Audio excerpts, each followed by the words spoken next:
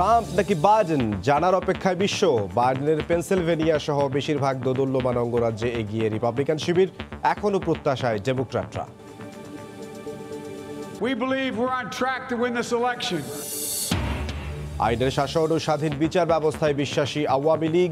আদালত ভবনের উদ্বোধনী অনুষ্ঠানে প্রধানমন্ত্রী বাংলা ভাষায় রায় দেওয়ার উদ্যোগ নেওয়ার পরামর্শ। এবং করোনার নেগেটিভ সনদ ছাড়া দেশে ঢুকবে না কেউ, দ্বিতীয় ঢেউ ঠেকাতে কঠোর হচ্ছে সরকার। শাহজালাল বিমানবন্দর হবে র্যাপিড টেস্ট।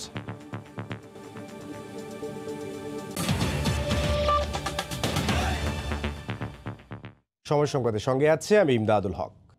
শুরুতেই মার্কিন নির্বাচনের খবর।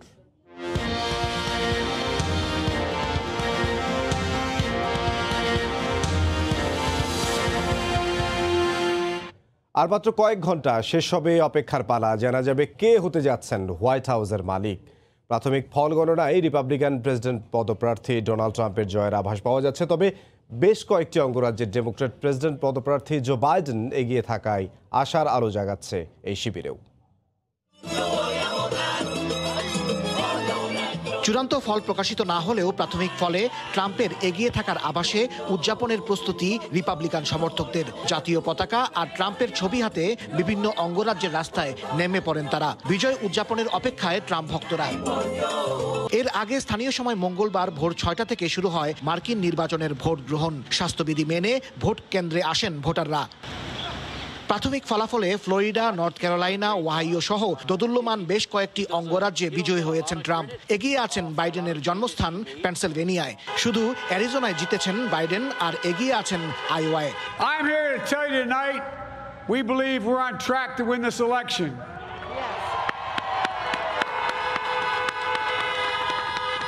We knew because of the unprecedented early vote and the mail-in vote that it was going to take a while. We're going to have to be patient until the hard work of tallying the votes is finished. And it ain't over till every vote is counted, every ballot is counted. শুরু থেকেই প্রায় সব জরিপে Biden এগিয়ে থাকলেও প্রতিদ্বন্দ্বিতাপূর্ণ ও দোদুল্যমান অঙ্গরাজ্যগুলোতে Trump এগিয়ে থাকায় ফের জয়ের সম্ভাবনা দেখছে রিপাবলিকান পার্টি। আগেই ধারণা করা হয়েছিল 2016 সালের মতো জরিপ ভুল হতে পারে। দেখা গেল এবারও তাই হলো। জিততে চলেছেন প্রেসিডেন্ট ডোনাল্ড ট্রাম্প। আগামী 4 বছরের জন্য তিনি হয়তো হোয়াইট হাউস দখলে রাখছেন আবারও। হাসানুজ্জামান সাকি, সময় সংবাদ, হোয়াইট হাউস, ওয়াশিংটন ডিসি। এই মুহূর্তে ওয়াশিংটন ডিসিতে আছেন সহকর্মী হাসানুজ্জামান সাকি এবং ক্যালিফোর্নিয়ায় আছেন লস্কর আল মামুন। সরাসরি যাব মার্কিন নির্বাচন নিয়ে আলোচনায়। জি, আপনাকে ধন্যবাদ অনেক ইকবাল। আপনি একটি প্যাকেজ দেখেছেন যে আমরা দেখলাম যে প্রেসিডেন্ট ডোনাল্ড ট্রাম্প তিনি অনেকটাই এগিয়ে রয়েছেন, কিন্তু এই মুহূর্তে যে নতুন তথ্য সেটি আপনাকে দিচ্ছি। সেটি হলো যে হোয়াইট হাউসের সামনে কিন্তু এখন বিক্ষোভকারীরা অবস্থান নিয়েছে এবং হোয়াইট হাউসের কয়েক কিলোমিটার এলাকা কিন্তু আইন শৃঙ্খলা রক্ষাকারী বাহিনী কিন্তু প্রতিটি সড়ক কিন্তু ইতিমধ্যেই ঘেরাও করে ফেলেছে, যেখানে বিক্ষোভকারীদের প্রবেশ করতে দেওয়া হচ্ছে না। তারপরেও হোয়াইট হাউস ঘিরে অনেক বিক্ষোভকারীরা অবস্থান নিয়েছেন। ইতিমধ্যে প্রেসিডেন্ট ডোনাল্ড ট্রাম্প 2 দফা এবং জো বাইডেন 1 দফা কিন্তু টুইট করেছেন। জো বাইডেন বলেছেন যে তাদের সমর্থকদের উদ্দেশ্যে বলেছেন যে তারা যে পরিশ্রম করেছে তার জন্য তিনি তাকে ধন্যবাদ জানিয়েছেন এবং বলেছেন যে তাদের বিজয় এখনো তারা বিজয়ের ব্যাপারে আশাবাদী এবং প্রতিটি ভোট এই নির্বাচনের কিন্তু গণনা করতে হবে, এই বিষয়টি তিনি জোর দিয়েছেন এবং কিছুক্ষণের মধ্যেই হয়তো তিনি জাতির উদ্দেশ্যে ভাষণ দেবেন, স্টেটমেন্ট দিবেন। অন্যদিকে আমরা দেখেছি যে কিছুক্ষণের মধ্যে দুইবার কিন্তু ডোনাল্ড ট্রাম্প তিনি টুইট করেছেন। তিনি একবার বলেছেন যে তিনি বড় বিজয় পেতে যাচ্ছেন, তিনি অনেক এগিয়ে রয়েছেন। অন্যদিকে তিনি সবাইকে বলেছেন যে সতর্ক থাকতে হবে, যে এখনো ডেমোক্রেট দলীয় সমর্থকরা, ডেমোক্রেটরা এখনো জয় পাওয়ার ব্যাপারে আশাবাদ ব্যক্ত করছে। কিন্তু তিনি একটি খুবই উল্লেখযোগ্য এবং গুরুত্বপূর্ণ কথা যেটি বলেছেন সেটি হচ্ছে যে ইলেকশনের পরে কোনো ভোট কিন্তু প্রদান করা যাবে না, ভোট কাস্ট করা যাবে না।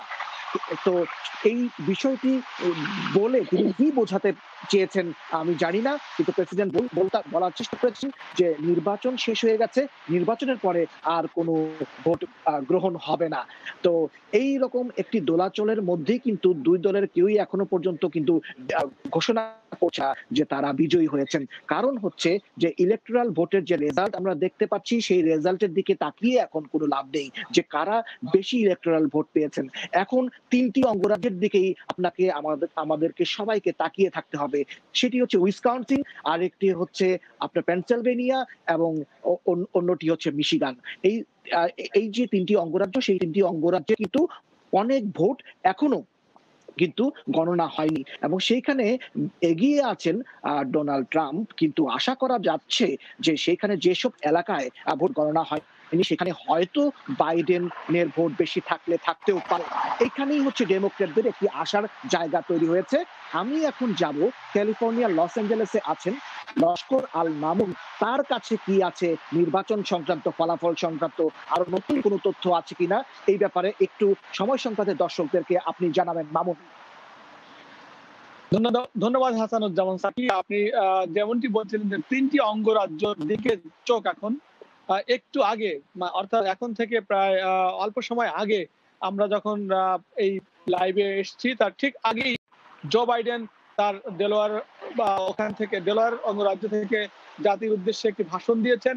অর্থাৎ সেই ভাষণটি তার ক্যাম্পেইনে যারা রয়েছেন তাদের উদ্দেশ্যেও বলেছেন এবং তিনি বলেছেন তিনি জয়ের ব্যাপারে আশাবাদী এবং জয়ের পথেই তিনি রয়েছেন এবং প্রত্যেকটি অঙ্গরাজ্যের প্রত্যেকটি ভোট গণনা করা হবে এমনটি তিনি দাবি করছেন এবং তিনি শেষে সবাইকে ধন্যবাদ জানিয়েছেন যারা তার জন্য পরিশ্রম করেছেন তাদেরকেও তিনি ধন্যবাদ জানিয়েছেন। অপরদিকে প্রেসিডেন্ট ডোনাল্ড ট্রাম্প কিন্তু একটু পরে আবার তিনিও কিন্তু বক্তব্য রাখবেন এমনটি আবার দিয়েছেন। তার আগে তিনি একটি টুইট করেছেন যেটা আপনি একটু আগে বলছিলেন, সেই টুইটে কিন্তু তিনি বলেছেন যে ভোট চুরির একটি চিন্তা করছেন বাইডেন গ্রুপ, অর্থাৎ ডেমোক্র্যাট দলরা ভোট চুরির চেষ্টা করছে, সেটি করতে দেওয়া হবে না এবং এখন পর্যন্ত তিনি যেটা বলছেন যে একটি ভোট আর কাউন্ট হবে না ইলেকশনের পরে, অর্থাৎ গণনার ক্ষেত্রে তিনি কিন্তু একটি কঠোর হুঁশিয়ারি দিয়েছেন। তো সেই দিক থেকে আমরা যেটা আশা করছিলাম যে আসলে যে কি হতে যাচ্ছে যদি এরকম কিছু হয় তাহলে কিন্তু দেশের মধ্যে একটি বিশৃঙ্খলা, যেমনটি আপনার মাধ্যমে জানিয়ে রাখি যে গত নির্বাচনে যখন প্রেসিডেন্ট ডোনাল্ড ট্রাম্প নির্বাচিত হয়েছিল শপথ নেওয়ার পরের দিন থেকে কিন্তু পুরো দেশ জুড়ে he is not our president এরকম একটা স্লোগান উঠেছিল এবং এই নিয়ে কিন্তু বেশ ব্যাপক আন্দোলন হয়েছিল। আবার কি সেই ঘটনার একটি পুনরাবৃত্তি হবে কিনা সেই বিষয় নিয়ে কিন্তু জনগণ শঙ্কায় রয়েছে। হাসানুজ্জামান সাকি। জি, লস্কর আল মামুন, আপনাকে অসংখ্য ধন্যবাদ। ইকবাল, আপনি যেরকমটি শুনছিলেন যে একটি টান উত্তেজনা হাড্ডাহাড্ডি লড়াইয়ের মধ্যেই কিন্তু আমরা আছি। যদিও এখন পর্যন্ত ফলাফল অনুযায়ী ডোনাল্ড ট্রাম্প উনি বেশ এগিয়ে আছেন এবং জয়ের অনেকটা দ্বার প্রান্তেই আছেন বলে মনে করছি, কিন্তু তারপরেও কিন্তু যে কোনো মুহূর্তে কিন্তু অবস্থা পাল্টে যেতে পারে। তো সেই জন্যই হচ্ছে আশঙ্কা, সেই জন্যই হচ্ছে সম্ভাবনা। এখনো কিছু সময় আরো আমাদের অপেক্ষা করতে হবে যুক্তরাষ্ট্রের প্রেসিডেন্ট নির্বাচনের ফলাফলের জন্য। এই ছিল আমার কাছে ওয়াশিংটন ডিসি থেকে এবং ক্যালিফোর্নিয়া লস অ্যাঞ্জেলেস থেকে লস্কর আল মামুনের তথ্য। আপনাকে অনেক ধন্যবাদ ইকবাল। হাসানুজ্জামান সাকি এবং লস্কর আল মামুন আমাদেরকে মার্কিন নির্বাচনের সর্বশেষ খবর আমাদেরকে জানাচ্ছিলেন। যুক্তরাষ্ট্রে প্রেসিডেন্ট নির্বাচনের পাশাপাশি বিভিন্ন পদে নির্বাচন অনুষ্ঠিত হয়েছে। এতে বাংলাদেশি বংশোদ্ভূত 4 প্রার্থী অংশ নিয়েছেন। এদের মধ্যে নিউ হ্যাম্পশায়ার অঙ্গরাজ্যে বাংলাদেশি বংশোদ্ভূত রিপাবলিকান পার্টির আবুল বি খান বিপুল ভোটে জয়ী হয়েছেন। টানা চতুর্থবার হাউস অব রিপ্রেজেন্টেটিভ নির্বাচিত হলেন তিনি। নিউ হ্যাম্পশায়ার অঙ্গরাজ্যের ডিস্ট্রিক্ট রকিংহাম বরাবরই রিপাবলিকানদের দখলে। বাংলাদেশি আমেরিকান বি খান এর আগে টানা 3বার স্টেট হাউস অব রিপ্রেজেন্টেটিভ নির্বাচিত হন। আটলান্টিক মহাসাগরের তীরের নিউ হ্যাম্পশায়ারে সিব্রুক সিটির সিলেক্টম্যান হিসেবেও তিনি 12 বছর ধরে দায়িত্ব পালন করছেন। আবুল বি খানের জন্ম বাংলাদেশের পিরোজপুরের ভান্ডারিয়ায়। 1981 সালে তিনি যুক্তরাষ্ট্রে পাড়ি দেন।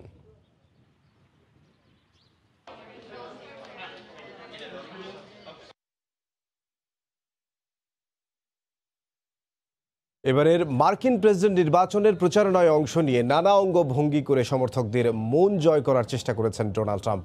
মঙ্গলবার নিজের ভেরিফাইড ফেসবুক অ্যাকাউন্টে সেই প্রচারণার ভিডিও শেয়ার করেছেন তিনি। চলুন দর্শক দেখে আসি সেই ভিডিওর কিছু অংশ।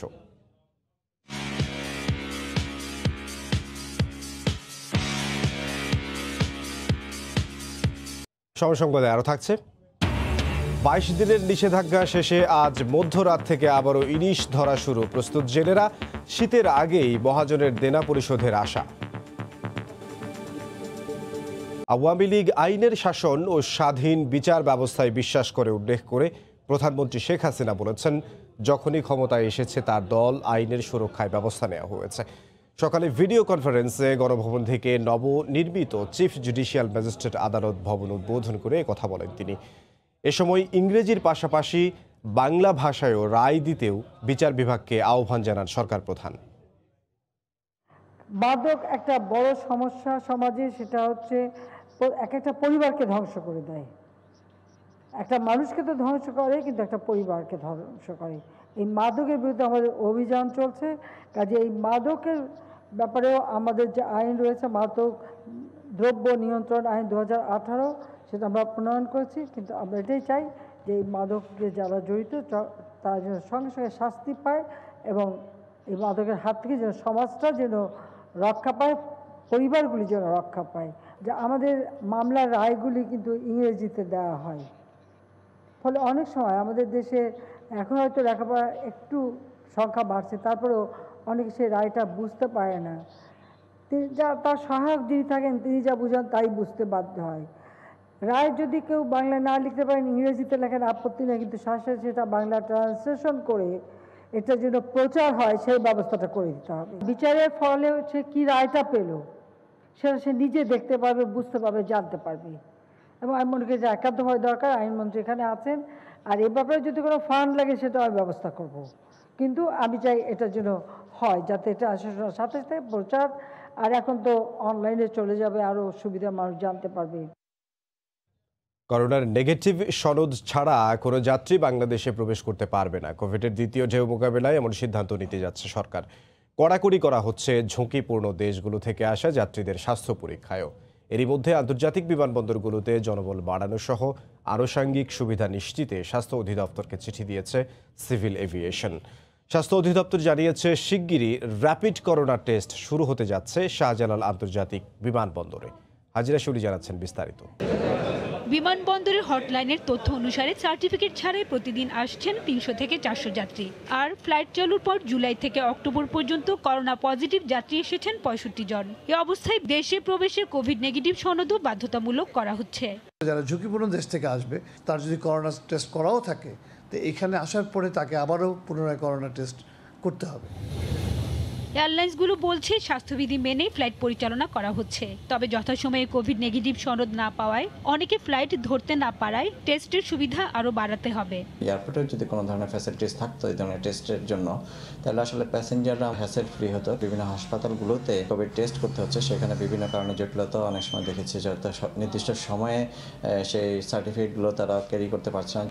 এদিকে বিমানবন্দরে প্রয়োজনীয় চিকিৎসক ও জনবল বাড়ানোর পাশাপাশি র্যাপিড করোনা টেস্টের ব্যবস্থা করা হবে বলে জানিয়েছে স্বাস্থ্য অধিদপ্তর। কেউ যেন উইদাউট সার্টিফিকেট দেশে আসতে না পারে, এই বিষয়টা আমরা এনশিওর করতে চাচ্ছি। এয়ারপোর্টে র্যাপিড টেস্টটা সাথে সাথে করা যায় কিনা সেই বিষয়ে আমরা চিন্তাভাবনা করছি।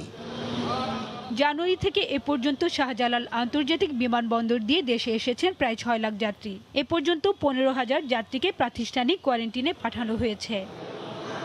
হাজিরা শিউলি, সময় সংবাদ, ঢাকা। 22 দিনের নিষেধাজ্ঞা শেষে আজ মধ্যরাত থেকে ভোলার মেঘনা, তেঁতুলিয়া সহ দেশের সব নদীতে আবারও ইলিশ ধরা শুরু করবেন জেলেরা। জাল নৌকা নিয়ে প্রস্তুত জেলেরা। নাসিরউদ্দিন লিটনের তথ্য ও উৎপল দেবনাথের ছবি নিয়ে রিপোর্ট। তজুমউদ্দিন স্লুইস ঘাটের মাঝে উদ্দিন ইলিশ শিকারে যাওয়ার জন্য ভাগীদের নিয়ে জাল ও নৌকা প্রস্তুতিতে ব্যস্ত। নিষেধাজ্ঞার সময় শেষ হয় বুধবার মধ্যরাতেই সাগরের উদ্দেশ্যে রওনা দিবেন সঙ্গীদের নিয়ে। জসিমউদ্দিনের মতো জেলার অর্ধশত ঘাটে কয়েক হাজার নৌকা ট্রলার একই প্রস্তুতি নিয়েছে। জেলেদের উপস্থিতিতে ঘাটগুলো সরব হয়ে উঠেছে। পুরনো জাল মেরামত আর নতুন জাল প্রস্তুতের পাশাপাশি নৌকা ট্রলার সারিয়ে নিচ্ছেন অনেকে। মৌসুমের বাকি সময় ইলিশ ধরে ধার দেনা পরিশোধের পাশাপাশি পরিবারের সচ্ছলতা ফিরিয়ে আনার আশা জেলেদের। অভিযানের ভিতরে ধরেন একটু অভাব গেছে, কিংবা সমিতি এরা একটু ঝামেলা করছে। জাল ফাল এখন রেডি করতেছি, অভিযান শেষ আমরা নদীতে যাবো। জেলেদের মতো আড়ত মালিকরাও দাদনের টাকা ফিরিয়ে আনা ও মোকামে ইলিশ সরবরাহের প্রস্তুতি নিচ্ছেন। আমরা নিজেরাও তো দেন এফেন না করে এদেরকে টাকা পয়সা দিছি, এরাও কিছু মাছ পাইবে, আমরা এটা থেকে কিছু ইনকাম করুম। ঘাস শুরু হইব 5 তারিখে আমার গাড়ি কিনে আসা শুরু হইব। এবারের অভিযান সফল হয় ইলিশ উৎপাদন লক্ষ্যমাত্রা ছাড়ে যাওয়ার আশা মৎস্য বিভাগের। আমরা আশা করছি সরকার ঘোষিত এই নিষেধাজ্ঞার সময় মা ইলিশ তাদের প্রজনন নির্বিঘ্নে করতে পেরেছে এবং আমাদের যে উদ্দেশ্য সেটা সফল হয়েছে। জেলায় প্রায় 2 লাখ মৎস্যজীবী রয়েছেন। এর মধ্যে নিবন্ধিত 1,20,000 জেলেকে নিষেধাজ্ঞাকালীন সময়ে সরকার 20 কেজি করে খাদ্য সহায়তা দিয়েছে। সময় সংবাদ, ভোলা। যুক্তরাষ্ট্রের প্রেসিডেন্ট নির্বাচনকে কেন্দ্র করে রঙিন আলোয় ছেয়ে গেছে নিউ ইয়র্ক। ইম্পেরিয়র স্টেট বিল্ডিং থেকে শুরু করে গভর্নর মারিও কোমো ব্রিজ লাল আর নীল রঙে রাঙিয়ে তোলা হয়েছে পুরো নগর। চলুন দেখে আসি তারই খানিকটা।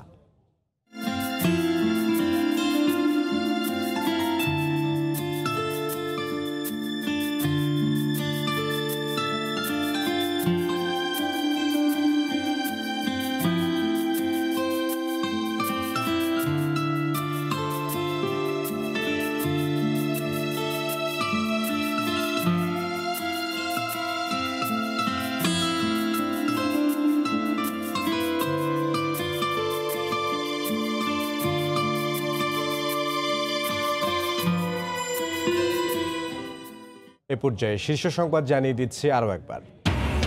ট্রাম্প নাকি বাইডেন জানার অপেক্ষায় বিশ্ব। বাইডেনের পেনসিলভেনিয়া সহ বেশিরভাগ দোদুল্যমান অঙ্গরাজ্যে এগিয়ে রিপাবলিকান শিবির, এখনও প্রত্যাশায় ডেমোক্র্যাটরা। We believe we're on track to win this election. আইনের শাসন ও স্বাধীন বিচার ব্যবস্থায় বিশ্বাসী আওয়ামী লীগ। আদালত ভবনের উদ্বোধনী অনুষ্ঠানে প্রধানমন্ত্রী বাংলা ভাষায় রায় দেওয়ার উদ্যোগ নেওয়ার পরামর্শ। এই ছিল এখনকার মতো, সঙ্গে থাকুন সময়ের।